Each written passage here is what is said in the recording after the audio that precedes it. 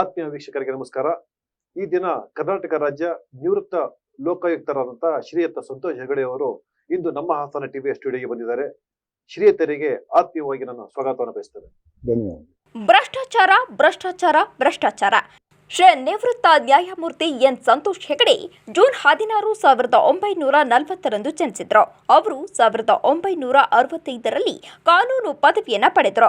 Apprenticeship ತರಬೇತಿಯನ್ನ ಪೂರ್ಣಗೊಳಿಸಿದ ನಂತರ ಜನವರಿ 1966ರಲ್ಲಿ ವಕೀಲರಾಗಿ ಸೇರಿಕೊಂಡ್ರು. ಮೇ 1984ರಲ್ಲಿ ಹಿರಿಯ ವಕೀಲರಾಗಿ ನೇಮಕಗೊಂಡ್ರು. ಫೆಬ್ರವರಿ 1984ರಲ್ಲಿ ಕರ್ನಾಟಕ ರಾಜ್ಯದ ಅಡ್ವೊಕೇಟ್ ಜನರಲ್ ಆಗಿ ನೇಮಕಗೊಂಡ್ರು.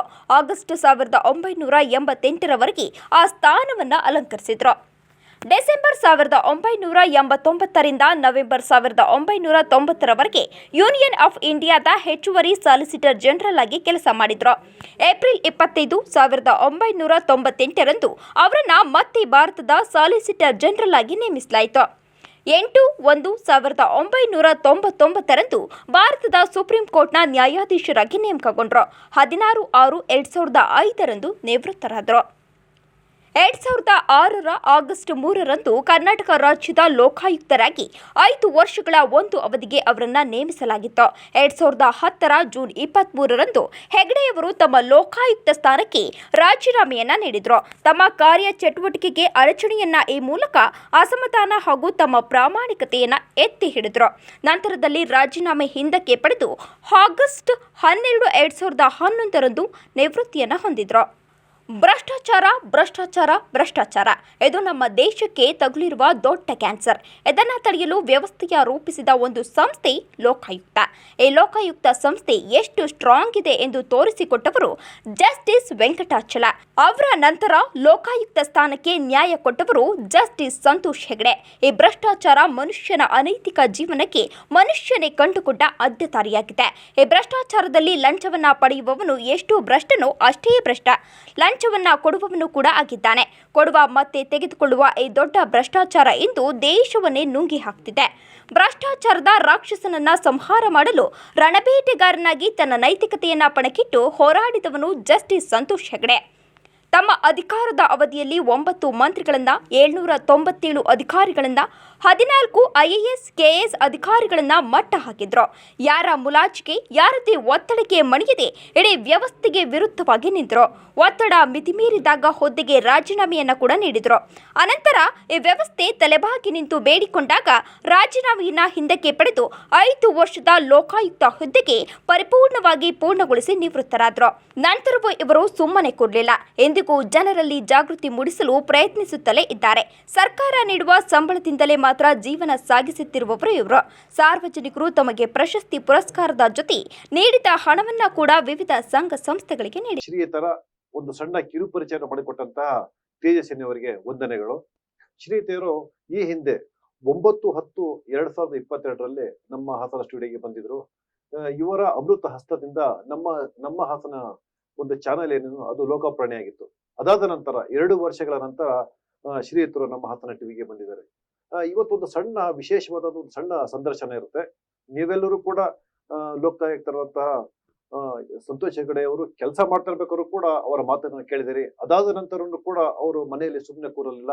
ಈ ಸಮಾಜವನ್ನ ಎಚ್ಚರಿಸಬೇಕು, ಸಮಾಜಕ್ಕೆ ಒಂದು ಸ್ಪಷ್ಟವಾದ ಸಂದೇಶವನ್ನು ಕೊಡಬೇಕು, ಅದು ಭ್ರಷ್ಟಾಚಾರ ರಹಿತ ಮತ್ತೆ ನೈತಿಕತೆ ಇಟ್ಟುಕೊಂಡು ಬದುಕುವಂತ ಒಂದು ವ್ಯವಸ್ಥೆಯನ್ನು ರೂಪಿಸಬೇಕು ಅಂತ ಹೇಳಿ ತಮ್ಮ ಈ ಇಳಿ ವಯಸ್ಸಿನಲ್ಲೂ ಕೂಡ ಇಡೀ ರಾಜ್ಯವೇ ಅಲ್ಲ ಇಡೀ ದೇಶದಿಂದ ಸುತ್ತುತ್ತಾ ಇದ್ದಾರೆ.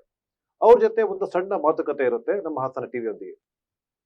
ಸರ್, ತಾವು ನೋಡ್ದಂಗೆ ತಾವು ಆಧ್ಯಾತ್ಮಿಕವಾಗಿ ಕೂಡ ಈ ದೇಶವನ್ನ ನೋಡಿದಿರಿ, ಈ ವ್ಯವಸ್ಥೆಯನ್ನು ನೋಡಿದಿರಿ, ಮತ್ತೆ ಸರ್ಕಾರಿ ವ್ಯವಸ್ಥೆಯನ್ನು ಕೂಡ ನೋಡಿದಿರಿ. ನಿಮ್ಮ ಮುಂದೆ ಅನೇಕ ಘಟಾನುಘಟಿಗಳ ಕೇಸುಗಳನ್ನು ಬಂದಿತ್ತು. ಅವಾಗ ನಿಷ್ಠುರವಾಗಿ ಕೂಡ ನೀವು ತೀರ್ಪನ್ನು ನೋಡಿದಿರಿ.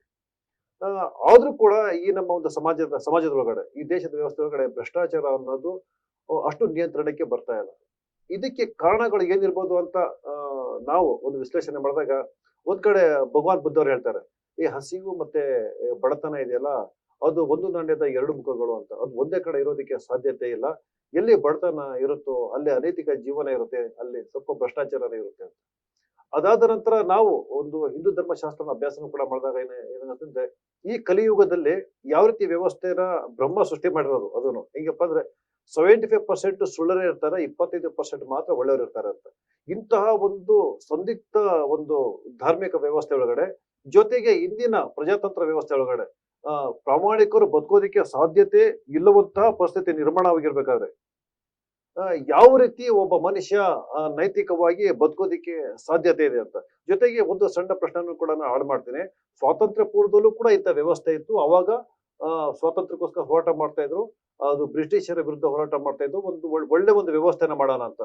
ಅಲ್ಲೆಲ್ಲೋ ಹುತಾತ್ಮರು ಕೂಡ ಆಗ್ತಾರೆ, ಅವರಿಗೆ ಹುತಾತ್ಮನ ಸ್ಥಾನನೂ ಕೂಡ ಕೊಡ್ತು. ಅದಾದ ನಂತರ ಭ್ರಷ್ಟಾಚಾರದ ವಿರುದ್ಧ ಯಾರ್ಯಾರು ಮಾತನಾಡ್ತಾರೋ ಅವರನ್ನ ಜೈಲಿಗಟ್ಟುವಂಥದ್ದು ಅಥವಾ ಅವರ ಚಿತ್ರಹಿಂಸೆ ನೀಡುವಂಥದ್ದು, ಆ ತರ ಅವರ ಜೀವನ ನರಕ ಮಾಡುವಂತ ವ್ಯವಸ್ಥೆ ನಮ್ಮಲ್ಲೇ ನಾವು ಸೃಷ್ಟಿ ಮಾಡ್ಕೊಂಡಿರ್ಬೇಕಾದ್ರೆ ಈ ವ್ಯವಸ್ಥೆ ಯಾವ ರೀತಿ ಸುಧಾರಣೆ ಆಗುತ್ತೆ ಅಂತ. ನಾನು ಈ ಬಗ್ಗೆ ಬಹಳಷ್ಟು ಅಧ್ಯಯನ ಮಾಡಿದ್ದೆ. ಯಾಕೆ ಈ ರೀತಿ ಆಗ್ತಾ ಇದೆ, ಅದು ಕೂಡ ನಮ್ಮ ದೇಶದ ಚರಿತ್ರೆಯ ಹಿನ್ನೆಲೆಯನ್ನೆಲ್ಲ ಅರಿತು ಯಾಕೆ ಈ ರೀತಿ ಆಗ್ತಾ ಇದೆ ಅಂತ ನನ್ನಲ್ಲಿ ಚರ್ಚೆ ಮಾಡಿದಾಗ ನನಗೆ ಅನಿಸಿದ್ದು, ಇದು ವ್ಯಕ್ತಿಗಳ ತಪ್ಪಲ್ಲ, ಇದು ಸಮಾಜದ ತಪ್ಪು. ನಾನು ಚಿಕ್ಕವನಾಗಿದ್ದಾಗ ಅಂತ ಸಮಾಜದಲ್ಲಿದ್ದೆ. ಆ ಸಮಾಜ ತಪ್ಪು ಮಾಡಿದ್ದವರನ್ನ ಬಹಿಷ್ಕರಿಸ್ತಾ ಇತ್ತು. ಉದಾಹರಣೆಗೆ, ನನ್ನ ಗ್ರಾಮದಲ್ಲಿ ಯಾರಾದ್ರೂ ಜೈಲಿಗೆ ಹೋಗಿದ್ರೆ ನನ್ನ ಪೋಷಕರು ಹೇಳ್ತಾ ಇದ್ರ ಮನೆ ಹತ್ರ ಹೋಗ್ಬೇಡ ಅಂತ. ಅದು ಒಂದು ಬಹಿಷ್ಕಾರ ತಪ್ಪು ಮಾಡಿದವನಿಗೆ ಮಾತ್ರ ಅಲ್ಲ, ಆತನ ಕುಟುಂಬಕ್ಕೂ ಆಗ್ತಾ ಇತ್ತು. ಅದರಿಂದ ಜನರು ತಪ್ಪು ಮಾಡಕ್ಕೆ ಹೆದರ್ತಾ ಇದ್ರು. ಮತ್ತು ಅಂದಿನ ಸಮಾಜ ಒಳ್ಳೆ ಕೆಲಸ ಮಾಡಿದ್ದವರನ್ನ ಗುರುತಿಸಿ ಗೌರವಿಸ್ತಾ ಇತ್ತು, ತಪ್ಪು ಮಾಡಿದ್ದವ್ರನ್ನ ಈ ರೀತಿ ಶಿಕ್ಷಿಸ್ತಾ ಇತ್ತು. ಆ ಸಮಾಜದ ಭಾವನೆಯಲ್ಲಿ ಇವತ್ತು ಬಹಳಷ್ಟು ಬದಲಾವಣೆ ಬಂದಿದೆ. ಇವತ್ತಿನ ಸಮಾಜ ನನ್ನ ಅನಿಸಿಕೆಯಲ್ಲಿ ಬರೀ ಶ್ರೀಮಂತಿಕೆ ಮತ್ತೆ ಅಧಿಕಾರವನ್ನ ಪೂಜಿಸುವಂತಹ ಸಮಾಜದಲ್ಲಿ ನಾವಿದ್ದೇವೆ. ಶ್ರೀಮಂತನಾದ್ರೆ ಸಾಕು ಅವನಿಗೊಂದು ಸಲಾಂ, ಅಧಿಕಾರದಲ್ಲಿದ್ರೆ ಸಾಕು ಅವನಿಗೊಂದು ಸಲಾಂ. ಯಾಕಂದ್ರೆ ಅಧಿಕಾರದಲ್ಲಿದ್ದವನಿಗೆ ಶ್ರೀಮಂತಿಕೆ ಬಂದೇ ಬರ್ತದೆ. ಇವತ್ತಿನ ಪರಿಸ್ಥಿತಿಯಲ್ಲಿ ಶ್ರೀಮಂತಿಕೆ ಇದ್ರೆ ಅಧಿಕಾರವನ್ನ ಖರೀದಿ ಮಾಡಿಸುವಂತಹ ಸಂದರ್ಭ ಇವತ್ತು ಸಮಾಜದಲ್ಲಿ ಬಂದಿದೆ. ಆದ್ರಿಂದ ಇದಕ್ಕೆಲ್ಲ ಮೂಲ ಕಾರಣ ನನ್ನ ಅನಿಸಿಕೆಯಲ್ಲಿ ಸಮಾಜದ ಭಾವನೆಗಳು. ಇದಕ್ಕೆ ಬದಲಾವಣೆ ತರಬೇಕಾದ್ರೆ ಕಾನೂನಿನಿಂದ ಸಾಧ್ಯವಿಲ್ಲ. ಇವತ್ತು ಭ್ರಷ್ಟರು ಕಾನೂನಿಗೆ ಹೆದರಲ್ಲ.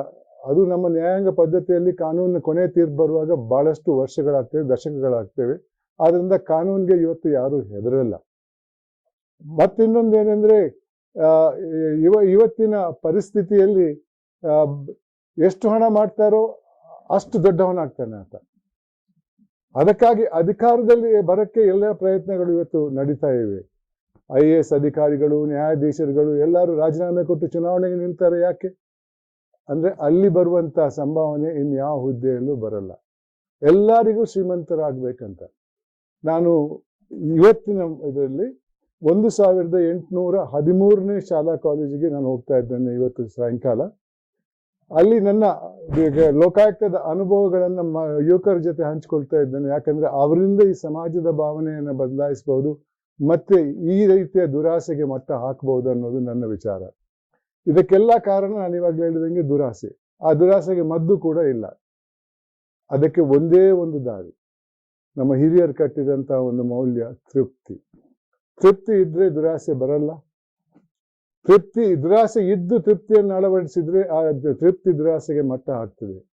ಆದ್ರಿಂದ ಈ ತೃಪ್ತಿಯನ್ನ ಅಳವಡಿಸ್ಬೇಕು. ಅದು ನನ್ನ ವಯಸ್ಸಿನವರಿಂದ ಇವಾಗ ಸಾಧ್ಯವಿಲ್ಲ. ಯುವತರನ್ನ ಅವ್ರಿಗೆ ಈ ವಿಚಾರವನ್ನ ತಿಳಿಸ್ಬಿಟ್ಟು ಅವರಲ್ಲಿ ತೃಪ್ತಿಯನ್ನ ಅಳವಡಿಸುವಂತಹ ಪ್ರಯತ್ನ ನಡಿಬೇಕು. ಹಿಂದೆ ಅದು ಪೋಷಕರು ಮಾಡ್ತಾ ಇದ್ರು. ನಾನು ಚಿಕ್ಕವನಾಗಿದ್ದಾಗ ನನ್ನ ಪೋಷಕರು ಹೇಳ್ತಾ ಇದ್ರು, ಇದು ಮಾಡಬೇಡ ಅಂತ. ತಪ್ಪು ಮಾಡಿದ್ರೆ ಏಟ್ ತಿಂದದ್ದು ನೆನಪಿದೆ. ಶಾಲೆಗೆ ಹೋದಾಗ ನೀತಿ ಪಾಠ ಅಂತ ಒಂದು ಸಬ್ಜೆಕ್ಟ್ ಇತ್ತು, ಮಾರಲ್ ಸೈನ್ಸ್ ಅಂತ. ಇವತ್ತಿನ ಪರಿಸ್ಥಿತಿಯಲ್ಲಿ ಬಹಳಷ್ಟು ಪೋಷಕರು ಇಬ್ರು ಕೆಲಸ ಮಾಡೋರು. ಕೆಲಸ ಅಂದ್ರೂ ಕೂಡ ಒಂಥರದ ರೋಗ. ಅಲ್ಲಿ ಪ್ರಮೋಷನ್ ಸಿಗ್ಬೇಕು, ದೊಡ್ಡ ಹುದ್ದೆಗೆ ಹೋಗ್ಬೇಕು ಅನ್ನೋ ಒಂದೇ ಒಂದು ಇಂಟ್ರೆಸ್ಟ್ ಹೊರತು ಮಕ್ಕಳಲ್ಲಿ ಯಾವುದೇ ಒಂದು ಸಂಪರ್ಕ ಇಟ್ಕೊಳ್ಳೋದು. ಮಕ್ಕಳಿಗೆ ಒಂದು ಐಫೋನ್ ಕೊಡ್ತಾರೆ, ಅವರಷ್ಟಕ್ಕೆ ಇರ್ತಾರೆ, ಇವ್ರು ತಮ್ಮದೇ ಆದ ಕೆಲಸ ಮಾಡ್ಕೊಂಡಿರ್ತಾರೆ. ಶಾಲೆಗೆ ಹೋದಾಗ ನೀತಿ ಪಾಠ ಅಂತ ಇಲ್ಲ. ಯಾರು ಹೇಳ್ಕೊಡೋರು ಮಕ್ಕಳಿಗೆ? ಈ ಒಂದು ಸಾಮಾಜಿಕ ಬದಲಾವಣೆ ಆಗ್ಬೇಕು. ಈ ಬದಲಾವಣೆಯಿಂದ ಹಿಂದೆ ಇದ್ದಂತಹ ಸಮಾಜ ಸೃಷ್ಟಿ ಆದ್ರೆ ಖಂಡಿತವಾಗಿಯೂ ಈ ಸಮಾಜದಲ್ಲಿರುವಂತಹ ದುರಾಸೆ ಕಮ್ಮಿ ಆಗಬಹುದು, ಮತ್ತೆ ಭ್ರಷ್ಟರ ಸಂಖ್ಯೆ ಕೂಡ ಬಹಳ ಕಮ್ಮಿ ಆಗಬಹುದು ಅನ್ನೋದು ನನ್ನ ಅನಿಸಿಕೆ. ಸರ್, ನಿಮ್ಮ ಅನುಭವದಲ್ಲಿ ಒಂದು ಭ್ರಷ್ಟಾಚಾರ ಮುಕ್ತ ಸಮಾಜ ನಿರ್ಮಾಣ ಆಗ್ಬೇಕು ಅಂತ ಹೇಳಿದ್ರೆ ಈ ಕುಟುಂಬದ ವ್ಯವಸ್ಥೆ ಯಾವ ರೀತಿ ಇರಬೇಕು ಅಂತ? ಭ್ರಷ್ಟಾಚಾರ ನನ್ನ ಅನಿಸಿಕೆಯಲ್ಲಿ ಯಾವತ್ತೂ ನಿರ್ಮೂಲ ಆಗಿಲ್ಲ. ಅದು ಸೃಷ್ಟಿಕರ್ತನೇ ಸೃಷ್ಟಿ ಮಾಡಿದ್ದು. ಅದನ್ನ ನಿಯಂತ್ರಿಸುವಂತಹ ಪ್ರಯತ್ನ ಆಗ್ಬೇಕು. ಹಿಂದೆ ಒಂದು 50-60 ವರ್ಷದ ಹಿಂದೆ ಯಾವ ರೀತಿ ಇತ್ತು ಸಮಾಜ, ಅಂತ ಒಂದು ಸಮಾಜವನ್ನ ಕಟ್ಟಿದ್ರೆ ಖಂಡಿತವಾಗಿಯೂ ನಾವು ಒಂದು ನಮ್ಮ ಆರ್ಥಿಕ ಪರಿಸ್ಥಿತಿ ಕೂಡ ಸುಧಾರಿಸ್ತದೆ, ಮತ್ತೆ ಸಮಾಜದಲ್ಲಿ ಶಾಂತಿ ಸೌಹಾರ್ದ ಇರ್ತದೆ. ನಾನು ವಿದ್ಯಾರ್ಥಿನಿಯರ ಜೊತೆ ಸಂವಾದ ಮಾಡುವಾಗ ಅವ್ರಿಗೆ ಹೇಳ್ತಾ ಇರ್ತೇನೆ, ತೃಪ್ತಿ ಅಂದ್ರೆ ಒಂದು ಹಂತಕ್ಕೆ ಡಿಗ್ರಿ ಬಂತು, ಕೆಲಸ ಸಿಕ್ತು, ಇನ್ನೇನ್ ಬೇಡ, ನಾನು ಸನ್ಯಾಸಿ ಆಗ್ತೇನೆ ಅಂತಲ್ಲ. ಎಲ್ಲರಲ್ಲೂ ಆಕಾಂಕ್ಷೆ ಅನ್ನೋ ಒಂದು ಗುಣ ಇರಬೇಕು. ದೊಡ್ಡ ಹುದ್ದೆಗೆ ಹೋಗ್ಬೇಕು, ಶ್ರೀಮಂತನಾಗಬೇಕು, ಏನೂ ತಪ್ಪಿಲ್ಲ. ಆದರೆ ಕಾನೂನು ಚೌಕಟ್ಟಲ್ಲಿ ಪಡೆದ ಸಂಪತ್ತಿನಿಂದ ಮಾತ್ರ ಸಂತಸ ಬರುವುದಿದ್ರೆ ಅದರಿಂದ ಮಾತ್ರ. ಕೋಟ್ಯಾಂತರ ರೂಪಾಯಿ ಅಕ್ರಮವಾಗಿ ಮಾಡಿ ಖಂಡಿತವಾಗಿ ನಿಮಗೆ ಸಂತಸ ಬರಲ್ಲ. ಇತ್ತೀಚೆಗೆ ನೀವು ನೋಡಿರ್ಬೋದು, ಛತ್ತೀಸ್ಗಢನ ಮೆಂಬರ್ ಆಫ್ ಪಾರ್ಲಿಮೆಂಟ್ ಒಬ್ಬರು ಮನೆ ದಾಳಿ ಮಾಡಿದ್ರು ಇಡಿ ಅವರು, ಎನ್ಫೋರ್ಸ್ಮೆಂಟ್ ಡಿಪಾರ್ಟ್ಮೆಂಟ್ನವರು. ಅಲ್ಲಿ ಅವರ ಇಡಿ ಲೆಕ್ಕದಲ್ಲಿ 250 ರೂಪಾಯಿ ಕೋಟಿ ನಗದು ಹಣ ಇತ್ತು. ಕಂತೆ ಕಟ್ಟಿ ಕಬಾಟಲ್ಲಿ ಇಟ್ಟಿದ್ರು. ಏನಾಯ್ತು? ಆ ಹಣ ಅವ್ರಿಗೆ ವಾಪಸ್ ಬರಲ್ಲ. ಯಾಕಂದ್ರೆ ಅವರು ತನ್ನ ಹಣ ಇದಕ್ಕೆ ತೆರಿಗೆ ಕಟ್ಟಿದ್ದೇನೆ ಅಂತ ಸಾಬೂತು ಮಾಡಿದ್ರೆ ಮಾತ್ರ ಹಣ ವಾಪಸ್ ಅವ್ರಿಗೆ ಹೋಗ್ತದೆ. ಇದು ತೆರಿಗೆ ಕಟ್ಟಿದ ಹಣ ಅಲ್ಲ. ತೆರಿಗೆ ಕಟ್ಟಿದ ಹಣ ಆದ್ರೆ ಅವರು ಅದನ್ನ ಬ್ಯಾಂಕಲ್ಲಿ ಇಡ್ತಾ ಇದ್ರೆ ಅದಕ್ಕೆ ಇಂಟ್ರೆಸ್ಟ್ ಬರ್ತಾ ಇತ್ತು. ಇಷ್ಟೊಂದು ಹಣ ಮನೆಯಲ್ಲಿ ಇಡ್ತಾ ಇರ್ಲಿಲ್ಲ. ಆದ್ರಿಂದ ಈ ರೀತಿ ಅಕ್ರಮ ಸಂಪತ್ತು ಪಡೆದವರಿಗೆ ಸಂತಸ ಎಂದೂ ಇರಲ್ಲ. ಯಾವಾಗ ಎನ್ಫೋರ್ಸ್ಮೆಂಟ್ ಡಿಪಾರ್ಟ್ಮೆಂಟ್ನವ್ರು ಬರ್ತಾರೋ, ಯಾವಾಗ ಇನ್ಕಮ್ ಟ್ಯಾಕ್ಸ್ನವ್ರು ಬರ್ತಾರೋ, ಯಾವಾಗ ದರೋಡೆಕೋರರು ಬರ್ತಾರೋ, ಇಷ್ಟೊಂದು ನಗದು ಮನೆಯಲ್ಲಿದ್ರೆ ನನ್ನ ಮಕ್ಕಳ ಮುಂದೆ ಏನಾಗ್ಬೋದು ಅನ್ನೋ ಯೋಚನೆ ಅವರಲ್ಲಿ ಇದ್ದೇ ಇರ್ತದೆ. ಆದ್ರಿಂದ ನಿಮಗೆ ಸಂತಸ ಇರಬೇಕಾದ್ರೆ ಹಣವನ್ನ ಕಾನೂನು ಚೌಕಟ್ಟಲ್ಲಿ ಸಂಪಾದಿಸಿ. ಅದು ಎಷ್ಟೇ ಆಗಲಿ, ಅದರಲ್ಲಿ ಬರುವ ಸಂತಸ ಖಂಡಿತವಾಗಿಯೂ ಇನ್ಯಾವ ಅಕ್ರಮ ಸಂಪತ್ತಿನಿಂದ ಬರಲ್ಲ. ನಾನು ಇದನ್ನು ಅನುಭವಿಸಿದ್ದೇನೆ. ನಾನು ನನ್ನ ಲೋಕಾಯುಕ್ತದ ಅವಧಿಯಲ್ಲಿ 3 ಜನ ಮುಖ್ಯಮಂತ್ರಿಗಳ ವಿರುದ್ಧ ವರದಿ ಕೊಟ್ಟಿದ್ದೇನೆ, 8 ಜನ ಮಂತ್ರಿಗಳ ವಿರುದ್ಧ ಕೊಟ್ಟಿದ್ದೇನೆ, MLC ಗಳ ವಿರುದ್ಧ ಕೊಟ್ಟಿದ್ದೇನೆ, ಆಮೇಲೆ IAS IPS ಅಧಿಕಾರಿಗಳ ವಿರುದ್ಧ ಕೊಟ್ಟಿದ್ದೇನೆ. ಇವತ್ತು ನನ್ನಲ್ಲಿ ಒಂದಿಷ್ಟು ನ್ಯೂನ್ಯತೆ ಇದ್ರೆ ಅವ್ರು ನನ್ನನ್ನು ಬೀದಿಗೆಳೀತಾ ಇದ್ರು. ಯಾರಿಂದಲೂ ಬೀದಿಗೆ ಎಳಿಯಲಿಕ್ಕೆ ಆಗ್ಲಿಲ್ಲ. ನನ್ನಲ್ಲಿ ದಾಖಲೆಗಳಿವೆ. ನನಗೆ ಹಲವಾರು ಪ್ರಶಸ್ತಿಗಳು ಬಂದಿತ್ತು. 1 ರೂಪಾಯಿ ಇಟ್ಕೊಂಡಿಲ್ಲ. ಆದಿ ಚುಂಚನಗಿರಿ ಸ್ವಾಮಿಯವರು 51,000 ಕೊಟ್ಟರು ಅವರ ಪ್ರಶಸ್ತಿ ಜೊತೆ. ಬೇಡ ಸ್ವಾಮಿ, ನಗದು ಪ್ರಶಸ್ತಿ ತಗೊಳ್ತೇನೆಂದೆ. ಅದು ಅವರಿಗೆ ಆಸ್ಪತ್ರೆ ರನ್ ಮಾಡ್ತಿದ್ದ, ಅದರಲ್ಲಿ ಅದಕ್ಕೆ ಬಳಸ್ಕೊಳ್ಳಿ ಅಂತ ಹೇಳಿದೆ. ಅದೇ ರೀತಿ ಬೇರೆ ಬೇರೆ ಸಂಸ್ಥೆಯವರು ಕೊಟ್ಟಿದ್ರು, ಅದನ್ನ ನಾನು ನಿಮಾನ್ಸಿಗೆ ಕೊಟ್ಟಿದ್ದೇನೆ, ಜಯದೇವ ಇನ್ಸ್ಟಿಟ್ಯೂಟ್ ಆಫ್ ಕಾರ್ಡಿಯಾಲಜಿ ಕೊಟ್ಟಿದ್ದೇನೆ, ಕಿಡ್ನಿ ಕ್ಯಾನ್ಸರ್ ಆಸ್ಪತ್ರೆ ಕೊಟ್ಟಿದ್ದೇನೆ, ಟಾಟಾ ಮೆಮೋರಿಯಲ್ ಕ್ಯಾನ್ಸರ್ ಆಸ್ಪತ್ರೆ ಕೊಟ್ಟಿದ್ದೇನೆ. ಒಂದು ಸಂಸ್ಥೆಯವರು ನನಗೆ 1 ಕೋಟಿ ರೂಪಾಯಿ ಕೊಟ್ಟರು. ಅದನ್ನ ಭಾರತದ ನಿವೃತ್ತ ಯೋಧರ ಫಂಡಿಗೆ ಕೊಟ್ಟಿದ್ದೇನೆ. 1 ರೂಪಾಯಿ ಇಟ್ಕೊಂಡಿಲ್ಲ. ನಾನು ಸಂಬಳ ಬಿಟ್ಟು ಇನ್ನು ಯಾವ ಹಣ ನಾನು ಪಡೆದಿಲ್ಲ.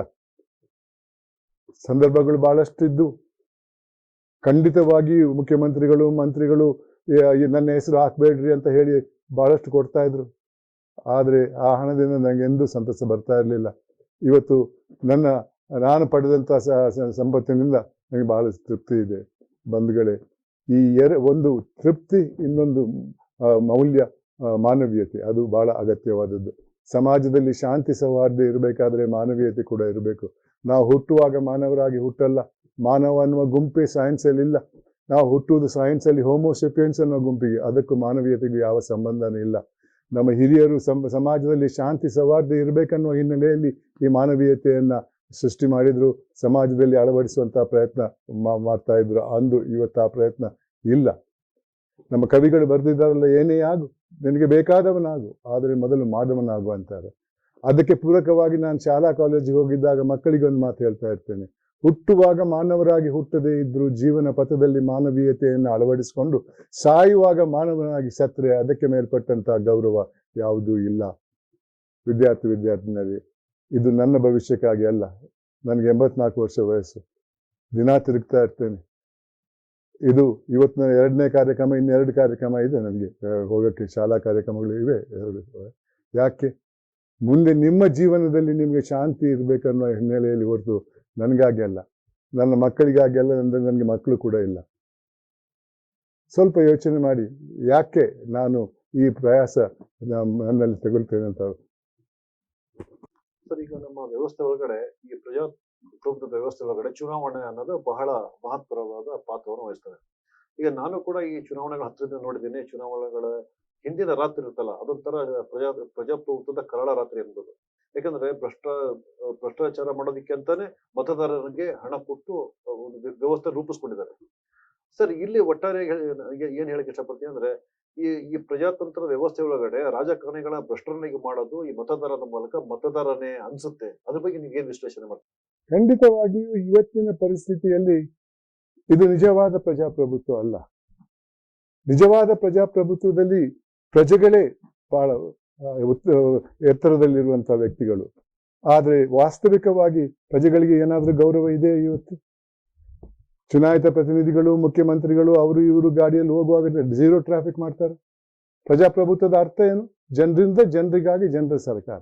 ಜನರಿಂದ ಚುನಾಯಿಸಲ್ಪಟ್ಟಂತ ಜನರ ಪ್ರತಿನಿಧಿ ಆತ ಹೋಗುವಾಗ ನಾವು ಸೈಡಲ್ಲಿ ನಿಲ್ಬೇಕಾದ್ರೆ ಅದು ಪ್ರಜಾಪ್ರಭುತ್ವವೇ? ಇದನ್ನು ನಾನು ಕೂಡ ಬಹಳಷ್ಟು ಸಲ ಹೇಳ್ತಾ ಇರ್ತೇನೆ, ಇದು ಪ್ರಜಾಪ್ರಭುತ್ವ ಅಲ್ಲ.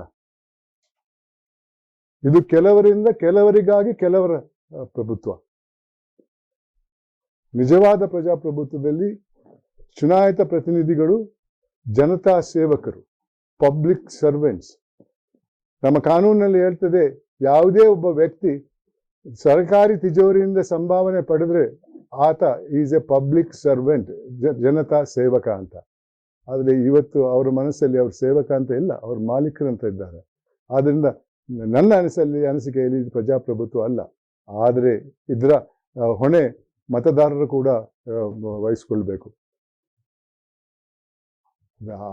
ಹಣ ಪಡೆದು ಮತ ಅಂದ್ರೆ ನಿಮ್ಮ ಮತವನ್ನು ಮಾರುವಂತ ಒಂದು ಪ್ರಾಕ್ಟೀಸ್ ಸ್ಟಾರ್ಟ್ ಆಗಿದೆ. ಅದಕ್ಕೆ ನೀವು ಇದಾಕಬೇಕು, ಮಟ್ಟ ಹಾಕಬೇಕು. ನಿಮ್ಮ ಅನುಭವದಲ್ಲಿ ಒಬ್ಬ ಪ್ರತಿನಿಧಿಯಾಗಿ ನಿಂತ ಕ್ಯಾಂಡಿಡೇಟ್ ಆಗಿ ನಿಂತ ವ್ಯಕ್ತಿ ಜನತಾ ಸೇವೆ ಮಾಡಕ್ಕೆ ಅರ್ಹನಾಗಿದ್ರೆ ಅವನಿಗೆ ಮತ ಹಾಕಿ.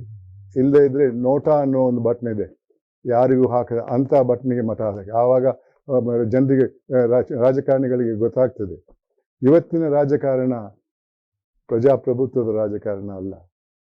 ತನಗಾಗಿ, ತನ್ನ ಪಕ್ಷಕ್ಕಾಗಿ ಈ ಒಂದು ಪ್ರಜಾಪ್ರಭುತ್ವ ಇದೆ ಅಂತ ನಾನು ತಿಳ್ಕೊಂಡಿದ್ದೇನೆ. ಸರ್, ಜೊತೆಗೆ ಈಗ ಎಷ್ಟೇ ಪ್ರಾಮಾಣಿಕ ಅಧಿಕಾರಿ ಆಗಿರ್ಲಿ ಅವನು, ಆದ್ರೆ ಅವನ ಪ್ರಾಮಾಣಿಕನಾಗಿ ಇರೋದಕ್ಕೆ ಅವನ ಮೇಲ್ಮಟ್ಟದ ಅಧಿಕಾರಿಗಳು ಅವನ್ನ ಬಿಡದೇ ಇರುವಂತ ಒಂದು ಸ್ಥಿತಿ ನಿರ್ಮಾಣವಾಗಿದೆ. ಒಂದು ರಾಜಕಾರಣಿಗಳ ಒತ್ತಡನೂ ಕೂಡ ಇರುತ್ತೆ. ನಾವು ಅನೇಕ ಸಂದರ್ಭಗಳನ್ನು ನೋಡಿದೀವಿ, ಒಬ್ಬ ಪ್ರಾಮಾಣಿಕ ಅಧಿಕಾರಿ ಪದೇ ಪದೇ ವರ್ಗಾವಣೆ ಆಗ್ತಾ ಇರ್ತಾನೆ. ಇಂಥ ಪರಿಸ್ಥಿತಿ ಒಳಗಡೆ ಒಬ್ಬ ಪ್ರಾಮಾಣಿಕವಾಗಿ ಯಾವ ರೀತಿ ಕೆಲಸ ಮಾಡೋದಕ್ಕೆ ಸಾಧ್ಯತೆ ಆಗುತ್ತೆ? ಇದನ್ನ ನೀವು ಯಾವ ವಿಶ್ಲೇಷಣೆ ಮಾಡ್ತೀರಿ? ನೋಡಿ, ಹೌದು, ಪ್ರಾಮಾಣಿಕನಾಗಿ ಇದ್ದು ಕೆಲಸ ಮಾಡಕ್ಕೆ ಇವತ್ತಿನ ಪರಿಸ್ಥಿತಿಯಲ್ಲಿ ಬಹಳ ಕಷ್ಟ, ನಾನು ಒಪ್ತೇನೆ. ಆದ್ರೆ ಬರೀ ವರ್ಗಾವಣೆಗೆ ಹೆದರಿಕೊಂಡು ಅವರ ಭ್ರಷ್ಟರಾಗುವುದು ಸರಿಯಲ್ಲ. ಅವರ ಕಂಡೀಷನ್ಸ್ ಆಫ್ ಸರ್ವಿಸ್ ಅಲ್ಲೇ ಇದೆ, you will be transferred as required ಅಂತ. ಅದರಿಂದ ಹುದ್ದೆಯಿಂದ ಹುದ್ದೆಗೆ ಹೋಗ್ಬೋದು, ಕೆಲವು ಸಲ ಒಂದೇ ದಿವಸ ಒಂದು ಹುದ್ದೆಯಲ್ಲಿ ಇರ್ಬೋದು. ಅದಕ್ಕಾಗಿ ನಿಮ್ಮ ಪ್ರಾಮಾಣಿಕತೆಯನ್ನ ನೀವು ಬಿಟ್ಬಿಡುವುದು ಸರಿಯಲ್ಲ ಅನ್ನೋದು ನನ್ನ ವಿಚಾರ. ಯಾಕೆಂದ್ರೆ ಒಬ್ಬ ಪ್ರಾಮಾಣಿಕನಿಗೆ ಖಂಡಿತವಾಗಿಯೂ ಕೂಡ ಆ ಹುದ್ದೆ ಮೇಲೆ ಅಷ್ಟೊಂದು ಆಸೆ ಇರಲ್ಲ. ಆ ಹುದ್ದೆಯಲ್ಲಿ ಇದಕ್ಕಾಗಿ ನಾನು ಭ್ರಷ್ಟನಾದೆ ಅಂತ ಹೇಳುವ ಮಾತು ಸರಿಯಲ್ಲ ಅನ್ನೋದು ನನ್ನ ವಿಚಾರ. ನಂದೇ ಆದ ಒಂದು ವಿಚಾರ ಹೇಳ್ತೇನೆ. ನಾನು ಒಬ್ರು ಮಂತ್ರಿ, ಕರ್ನಾಟಕದ ಮಂತ್ರಿ, ಇವಾಗಿಲ್ಲ, ಅವರು ಜೀವಂತವಾಗಿಲ್ಲ. ಅವರು ಕಾರವಾರ್ಗೆ ಹೋಗ್ತಾರೆ. ಅಲ್ಲಿ ಹೋಗ್ಬಿಟ್ಟು ಲೋಕಾಯುಕ್ತದಲ್ಲಿ ಕೆಲಸ ಮಾಡ್ತಾ ಇದ್ದಂಥ ಒಬ್ಬ ಫಾರೆಸ್ಟ್ ಕನ್ಸರ್ವೇಟರನ್ನ ಫೋನಲ್ಲಿ ಕರೀತಾರೆ, ಬಂದು ನನ್ನನ್ನು ಭೇಟಿ ಮಾಡಿ ಅಂತ. ಆ ಕನ್ಸರ್ವೇಟರ್ ಕೇಳ್ತಾರಂತ, ಅವು ಎಲ್ಲಿದ್ದೀರಿ ಸರ್ ಅಂತ. ಅವರೊಂದು ಅಡ್ರೆಸ್ ಕೊಡ್ತಾರೆ. ಆವಾಗ ಆ ಅಧಿಕಾರಿ ಹೇಳ್ತಾನೆ, ಆ ಅಡ್ರೆಸ್ಸಿನ ಓನರನ್ನ ನಾವು ಚಾರ್ಜ್ ಶೀಟ್ ಹಾಕಿದ್ದೇವೆ ಅವರ ವಿರುದ್ಧ. ನನ್ನನ್ನು ಆ ಬಿಲ್ಡಿಂಗ್ ಅಲ್ಲಿ ಕಂಡ್ರೆ ಜನರು ತಪ್ಪು ತಿಳ್ಕೊಳ್ತಾರೆ, ಅಲ್ಲಿ ಬರಲ್ಲ ಸರ್, ನೀವೆಲ್ಲಾದ್ರೂ ಟ್ರಾವೆಲರ್ಸ್ ಬಂಗಿಲೋ ಸರ್ಕಾರದ ಆಫೀಸಿಗೆ ಕರೀರಿ, ಬರ್ತೇನೆ ಅಂತ ಹೇಳ್ದ. ಅವಾಗ ರೇಕೊಂಡ್ಬಿಟ್ಟು ಫೋನಲ್ಲಿ ಚೀಫ್ ಸೆಕ್ರೆಟರಿಗೆ ಫೋನ್ ಮಾಡಿ ಚೀಫ್ ಸೆಕ್ರೆಟರಿಯಿಂದ ಸಸ್ಪೆನ್ಷನ್ ಆರ್ಡರ್, ಅಮಾನತ್ ಆರ್ಡರ್ ಪಾಸ್ ಮಾಡ್ತಾರೆ. ಆ ಅಧಿಕಾರಿಯನ್ನು ಅಮಾನತಲ್ಲಿ ಇಡ್ತಾರೆ. ಆತ ನನಗೆ ಫೋನ್ ಮಾಡಿದ, ಈ ರೀತಿ ಆಗಿದೆ ಸರ್ ಅಂತ. ನಾನು ಚೀಫ್ ಸೆಕ್ರೆಟರಿಗೆ ಫೋನ್ ಮಾಡಿದೆ. ಅವ್ರು ಹೇಳಿದ, ಹೌದು ನಾನು ಮಾಡಿದ ತಪ್ಪಾಯಿತು, ಆದ್ದರಿಂದ ನೀವು ಕೋರ್ಟಿಗೆ ಹೋಗಿ ಅಂತ. ನಾನು ಹೇಳಿದೆ ಚೀಫ್ ಸೆಕ್ರೆಟರಿಗೆ, ಕೋರ್ಟಿಗೆ ಹೋಗ್ಬೇಕೋ ಬೇಡ ಅನ್ನೋದು ನನಗೂ ಕೂಡ ಗೊತ್ತಿದೆ, ನೀವು ಹೇಳಬೇಕಾಗಿಲ್ಲ. ಆದರೆ ನೀವು ನಿಮ್ಮ ಜವಾಬ್ದಾರಿಯನ್ನು ಸರಿಯಾಗಿ ನಿಭಾಯಿಸಲಿಲ್ಲ ಅಂತ ಹೇಳ್ಬಿಟ್ಟು ಆವಾಗಲೇ ಕೂತು ನನ್ನ ರಾಜೀನಾಮೆಯನ್ನು ಗವರ್ನರ್ ಸಾಹೇಬ್ರಿಗೆ ಕೊಟ್ಟು ಕಳಿಸಿದೆ. ಅದರಲ್ಲಿ ಕ್ಲಿಯರ್ ಆಗಿ ಬರೆದಿದ್ದೇನೆ, ನನ್ನ ಅಧಿಕಾರಿಯನ್ನ ರಕ್ಷಿಸುವಂತ ಅಧಿಕಾರ ನನಗೆ ಇಲ್ಲದೆ ಇದ್ರೆ ನಾನು ಈ ಹುದ್ದೆಯಲ್ಲಿರೋಕ್ಕೆ ಅರ್ಹನಲ್ಲ ಅಂತ ರಾಜೀನಾಮೆ ಕೊಟ್ಟೆ. ಆದರೆ ಅಂದಿನ ಗವರ್ನರ್ ಬೇರೆ ಪಕ್ಷಕ್ಕೆ ಸೇರಿದವರಾಗಿದ್ದರು. ಅವ್ರು ಇದನ್ನು ಅಕ್ಸೆಪ್ಟ್ ಮಾಡಿಲ್ಲ, ಹಂಗೇನೆ ಇಟ್ಕೊಂಡಿದ್ರು. ಭಾಳಷ್ಟು ಪ್ರೆಷರ್ಗಳು ಬಂದು ನನ್ನ ಹತ್ರ ವಾಪಸ್ ಪಡ್ಕೊಳ್ಳಿ ಅಂತ. ನಾನು ಹೇಳಿದೆ, ನಾನು ವಾಪಸ್ ಪಡ್ಕೊಳ್ಳಲ್ಲ ಅಂತ. ನಾನು ನನ್ನ ಇದು ಪೀರಿಯಡ್ ಮುಗಿದ ತಕ್ಷಣ ಇದು ಮನೆ ಕೂಡ ಬಿಟ್ಟು ಹೋಗ್ತೇನೆ ಅಂತ ಹೇಳಿದ್ರು. ಆವಾಗ ಲಾಲ್ ಕೃಷ್ಣ ಅದ್ವಾನಿ ಅವರು ಹೋಮ್ ಮಿನಿಸ್ಟರ್ ಆಗಿದ್ದರು ಕೇಂದ್ರದಲ್ಲಿ. ಅವ್ರು ನನಗೆ ಫೋನ್ ಮಾಡಿದ್ರು. ಅವರು ಲಾಯರ್ ಆಗಿದ್ದೆ ನಾನು. ಎಮರ್ಜೆನ್ಸಿ ಕಾಲದಲ್ಲಿ ಅವರನ್ನು ತುರ್ತು ಪರಿಸ್ಥಿತಿಯಲ್ಲಿ ಬೆಂಗಳೂರು ಜೈಲಲ್ಲಿ ಇಟ್ಟಿದ್ರು. ಅವರನ್ನು ಅಟಲ್ ಬಿಹಾರಿ ವಾಜಪೇಯಿ, ಮಧು ದಂಡವಟೆ, SN ಮಿಶ್ರಾ ಅವರನ್ನು. ಅವ್ರ ಪರವಾಗಿ ನಾನು ವಾದ ಮಾಡಿದ್ದೆ. ಅದರಿಂದ ಅವ್ರದ್ದು ಸ್ವಲ್ಪ ಪರಿಚಯ ಇತ್ತು. ಅವ್ರು ನನಗೆ ಫೋನ್ ಮಾಡಿದರು. ಫೋನ್ ಮಾಡಿ ಹೇಳಿದರು, ಯಾಕಪ್ಪ ಒಳ್ಳೆ ಕೆಲಸ ಮಾಡ್ತಾ ಇದ್ದಿ, ರಾಜೀನಾಮೆ ವಾಪಸ್ ಪಡ್ಕೊ ಅಂತ. ನಾನು ಇದೇ ಮಾತನ್ನು ಹೇಳಿದೆ, ನಾನು ಈ ಹುದ್ದೆಯಲ್ಲಿ ಇರೋಕ್ಕೆ ನಾನು ಒಪ್ಪಲ್ಲ, ನನಗೆ ಆ ಅಧಿಕಾರ ಇಲ್ಲದೆ ಇದ್ದರೆ ನಾನು ಹುದ್ದೆಯಲ್ಲಿ ಇರಲ್ಲ ಅಂತ ಹೇಳಿದೆ. ಆವಾಗ ಅವ್ರು ಹೇಳಿದರು, ಆ ಅಮಾನತನ್ನು ವಾಪಸ್ ಪಡ್ಕೊಂಡ್ರೆ ನೀನು ರಾಜೀನಾಮೆ ವಾಪಸ್ ಪಡ್ಕೊಳ್ತೀಯ ಅಂತ. ಹೌದಂತ ಹೇಳಿದೆ ನಾನು. ಆವಾಗ ಅವ್ರು ಖುದ್ದು ಇವರು ಇವಾಗ ರೋಡ್ ಟ್ರಾನ್ಸ್ಪೋರ್ಟ್ ಮಿನಿಸ್ಟರ್ ಗಡ್ಕರಿ ಅವರು BJP ಪ್ರೆಸಿಡೆಂಟ್ ಆಗಿದ್ದರು. ಅವರನ್ನು ಬೆಂಗಳೂರಿಗೆ ಕಳಿಸ್ಬಿಟ್ಟು ಒಂದು ಯಡಿಯೂರಪ್ಪನವ್ರು ಮುಖ್ಯಮಂತ್ರಿ ಆಗಿದ್ದರು. ಅವರಿಬ್ಬರು ನನ್ನ ಮನೆಗೆ ಬರ್ತಾರೆ. ಅವರನ್ನು ನನ್ನ ಅಧಿಕಾರಿಯನ್ನು ಅಮಾನತಿಂದ ವಾಪಸ್ ಪಡ್ಕೊಂಡಂಥ ಆರ್ಡ್ರನ್ನು ತೋರಿಸ್ತಾರೆ. ಮತ್ತು ನಾನು ಇದನ್ನು ವಿಡ್ರಾ ಮಾಡಿದೆ. ಹಾಗೆ ನನಗೂ ಈ ಹುದ್ದೆಯಲ್ಲಿ ಇರಬೇಕನ್ನೋ ಹಿನ್ನೆಲೆಯಲ್ಲಿ ನಾನು ಭ್ರಷ್ಟನ ಆಗೋಕ್ಕೆ ನಾನು ರೆಡಿಯಾಗಿಲ್ಲ. ಅಂಥ ವ್ಯಕ್ತಿಗಳು ನಿಜವಾಗ್ಲೂ ಪ್ರಾಮಾಣಿಕರಲ್ಲ. ಅವರೊಂದು ಸಮಯಕ್ಕೆ ಕಾಯ್ತಾ ಇರ್ತಾರೆ, ಭ್ರಷ್ಟನಾಗಕ್ಕೆ ಒಂದು ಅಡ್ಡಿ ಬೇಕು ಅನ್ನೋ ಒಂದೇ ಒಂದು ಕಾರಣಕ್ಕೆ. ಅಂಥ ವ್ಯಕ್ತಿಗಳು that is no excuse at all. ಈ ವ್ಯವಸ್ಥೆ ಒಳಗಡೆ ಒಂದು ಮಾತಿದೆ, ಪ್ರತಿಯೊಬ್ಬ ಮನುಷ್ಯನು ಕೂಡ ಭ್ರಷ್ಟಾಚಾರ ಮಾಡೋದಕ್ಕೆ ಪ್ರಯತ್ನ ಪಡ್ತಾ ಇರ್ತಾನೆ, ಆದ್ರೆ ಭ್ರಷ್ಟಾಚಾರ ಮಾಡೋದಕ್ಕೆ ಅವನಿಗೆ ಅವಕಾಶ ಸಿಗೋದಿಲ್ಲ ಅಂತ. ಅದ್ರ ಜೊತೆಗೆ ಇನ್ನೊಂದು ಏನಪ್ಪ ಇದೆ ಅಂದ್ರೆ, ಭ್ರಷ್ಟಾಚಾರದ ವಿರುದ್ಧ ಒಬ್ಬ ಜನಸಾಮಾನ್ಯನು ಕೂಡ ಹೋರಾಟ ಮಾಡೋದಕ್ಕೆ ಪ್ರಯತ್ನ ಪಡ್ತಾನೆ, ಆದ್ರೂ ಕೂಡ ಈ ವ್ಯವಸ್ಥೆ ಅವನಿಗೆ ಅವಕಾಶ ಕೊಡೋದಿಲ್ಲ, ಇಲ್ಲ ಸಲ್ಲದ ತೊಂದರೆ ಕೊಡ್ತಾರಂತ. ನೀವ್ ಏನ್ ಸಲಹೆ ಕೊಡಕ್ಕೆ ಇಷ್ಟಪಡ್ತೀರಿ? ಒಬ್ಬ ಜನಸಾಮಾನ್ಯ ಈ ಭ್ರಷ್ಟಾಚಾರದ ವಿರುದ್ಧ ಹೋರಾಟ ಮಾಡ್ಬೇಕು ಅಂದ್ರೆ ಅವ್ನ್ ಯಾವ ರೀತಿ ಮಾಡಬಹುದು? ಅವ್ನಿಗೆ ಕಾನೂನಿನ ನೆರವು ಹೆಂಗ್ ಸಿಗುತ್ತೆ? ನಾನು 2011ರಲ್ಲಿ ನಿವೃತ್ತನಾಗಿದ್ದೇನೆ. ನಿವೃತ್ತನಾದ ನಂತರ ನಾನು ನನ್ನ ಜೀವನದಲ್ಲಿ ಮೊದಲನೇ ಸಲ ಪ್ರತಿಭಟನೆಗೆ ಬೀದಿಗೆ ಇಳಿದಿದ್ದೇನೆ ಅಣ್ಣಾ ಹಜಾರೆ ಅವ್ರ ಜೊತೆ. ಯಾರು ಏನ್ ಮಾಡ್ತಾರೆ ಅನ್ನೋ ಹೆದರಿಕೆ ನನಗೆ ಇರಲಿಲ್ಲ. ಇದೆಲ್ಲ ಅಡ್ಡಿಗಳು. ಯಾಕೆ ಭ್ರಷ್ಟನಾದಂತ ಹೇಳುವುದಕ್ಕೆ ಒಂದು ಕಾರಣ. ಇದಕ್ಕಾಗಿ ಭ್ರಷ್ಟನಾದೆ, ನಾನು ನಿಜವಾಗ್ಲೂ ಪ್ರಾಮಾಣಿಕ, ಆದರೆ ಈ ಕಾರಣದಿಂದ ನಾನು ಭ್ರಷ್ಟನಾದೆ ಅಂತ. ಒಂದು ಸಲ ಭ್ರಷ್ಟ ಯಾವ ಕಾರಣಕ್ಕಾದ್ರೂ ಅವನು ಭ್ರಷ್ಟನೆ. ಇದ್ದದ್ರಲ್ಲೇ ತೃಪ್ತಿ ಪಡೆಯುವಂತ ವ್ಯಕ್ತಿ ಆತ ನಿಜವಾದ ಪ್ರಾಮಾಣಿಕ ವ್ಯಕ್ತಿ. ಇಲ್ಲಿಯವರೆಗೆ ಶ್ರೀಯುತರು ನಮ್ಮ ಹಾಸನ ಟಿವಿಯೊಂದಿಗೆ ಒಂದು ವಿಶೇಷವಾದ ಮಾತುಕತೆ ನಡೆಸಿದ್ದಾರೆ. ಅವರಿಗೆ ನಮ್ಮ ಹಾಸನ ಟಿವಿಯ ಪರವಾಗಿ ಹಾಗೂ ನಮ್ಮ ಹಾಸನದ ಜನತೆಯ ಪರವಾಗಿ ವಂದನೆಗಳು.